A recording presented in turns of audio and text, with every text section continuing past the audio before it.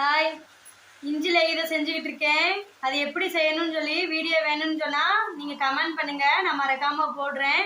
அதுக்கு மூணு பொருள் மட்டும்தான் தேவை. மொட்டி வலிக்காரங்களும் சாப்பிடலாம், வாமிட் அதிகமாக உள்ளவங்களும் சாப்பிடலாம். வாங்க பார்க்கலாம் எப்படி இருக்குன்னு லேகிதம்.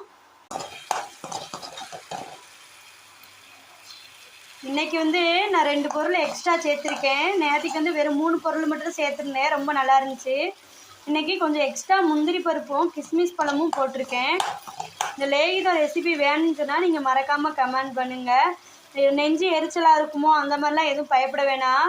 நம்ம ஒரு அல்வா எப்படி சாப்பிடுவோமோ அதே மாதிரி தான் இருக்கும். இதுவும் ரொம்ப கசக்கவும் செய்யாது, எந்த ஒரு இதுவுமே இருக்காது, நல்லா சுவையாகவே இருக்கும் பாருங்கள்.